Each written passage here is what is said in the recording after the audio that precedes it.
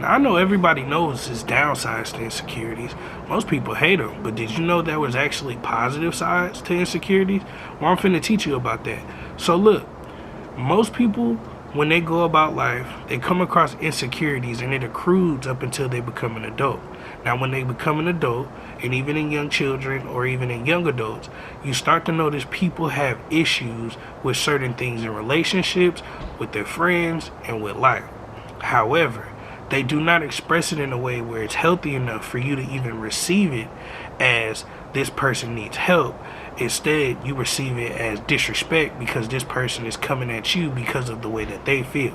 So, what it would look like to healthily turn that around would be to say, hey, for example, if you go out, I end up feeling like sometimes that you're either going to see something better or you're going to leave me for another guy. And in the world we live in, nobody wants to hear that on both sides, because even just saying those words and hearing those words, you already start to feel like this relationship is going down the wrong road.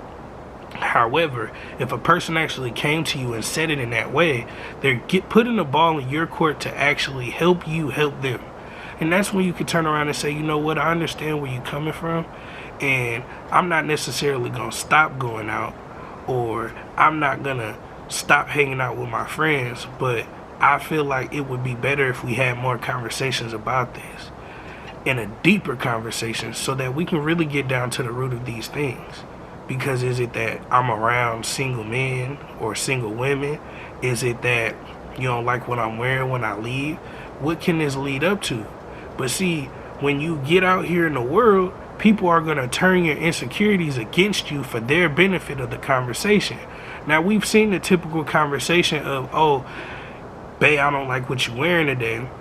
I'm grown, I'm a woman, you don't own me, I could wear whatever I want and leave. Now, is it really an insecurity that has downsides if he doesn't want you as revealing?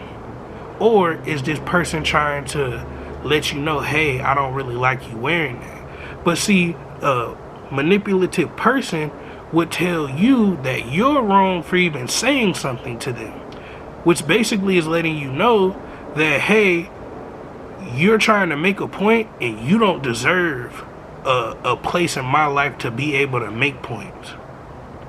And so when people do that to you, you have to take that into account. So now this person has basically stepped on this person's insecurities and tried to make it look like they're just such an insecure person, or they're such a small person because they didn't want to see you in revealing clothes around other people while they're not around. And see, those are the little things that can bring a relationship a lot closer had it been a productive conversation of, you know what, I understand where you're coming from. How about you come in the room with me and help me get dressed? This way I look good and I don't embarrass you or make you feel some type of way in your relationship, because this is your relationship just as it is mine. But see, no, you'll never hear that. And the reason why you'll never hear that is because most people are in the business of feeling what they want to feel, and whenever somebody challenges their feelings, there's gonna be a pushback. Now let's flip it on the other side, because I don't want to just feel like I'm talking to men on this one, right? As a woman, you tell your man you don't like him to talk to you that way. You don't like to be spoken to that way. And he continues to do it. Now you asked him, you said, hey, could you please stop talking to me like that? Because when you talk to me like that, this makes me feel like there is no love in our relationship. It feels like you're talking to me as if I'm a person you don't love or a person you don't even like. I talk to you how I talk to you, bruh. It ain't even that deep for real. This is just how I talk. You knew how I talk when I met you. This is that. Rada, rada, rada, rada, rada. But see, had he said, hey, babe, you know what I'm saying, I do apologize. I'm going to do the best I can to talk to you how you deserve to be talked to, because I would never want to unintentionally or intentionally disrespect you. And I hope we can move forward from this and try to make it up whatever way he chooses to do it. I can't give you all my sauce. I can't. It's not free. Now back to what I was saying. So those insecurities are now positives when it's handled with the right people in the right way. You see how all the scenarios that I just laid out in front of you is all intertwined into the negative and the positive realities of having insecurities. Now, I promise you, and this is, go get in a relationship. And I'm not telling you to go get in a relationship, so don't hop in and be like, but Jolene, you told me to do it. No, I'm saying when you get in a relationship, or if you're in a relationship, help somebody through their insecurities. Don't just call them out for it. Don't even call it insecurity. When they come to you, help them through and watch how much more they love you. Watch how much more they appreciate you. Because see, a lot of people fail to realize when you have insecurities, your heart's open. You know why your heart's open? Because you're more receptive to the things that you feel from your partner and influencing your relationship. And being that your heart is open, you're more receptive to love. You're more receptive to the downsides of love. And that's okay. Because when you take time to actually learn what it is that fuels you to be the person in that relationship that you want to be, then you could take things and move them along into the right position so you guys can be that long-lasting couple, that long-lasting friendship that everybody wants to have. Insecure people are thoughtful. That's something you didn't expect, did you? As much as you feel like an insecure person is only putting their feelings first, they already thought about how you would feel and how they're making you feel, and actively telling you what it is that they're insecure about is already causing them distress. You don't want to beat a dead horse. It's pointless. You know what I'm saying? It's kind of like when you go through a situation in life and you're so upset you want to get back at that next person. You see them get their karma, and then yet you still run over and try to add your 2 cents. That's what it is. So it's like when an insecure person is telling you something that they're insecure about, or something that's causing them discomfort, and you decide to say, oh, well, all you care about is yourself. You're not thinking about the time it took for them to work themselves up to come talk to you.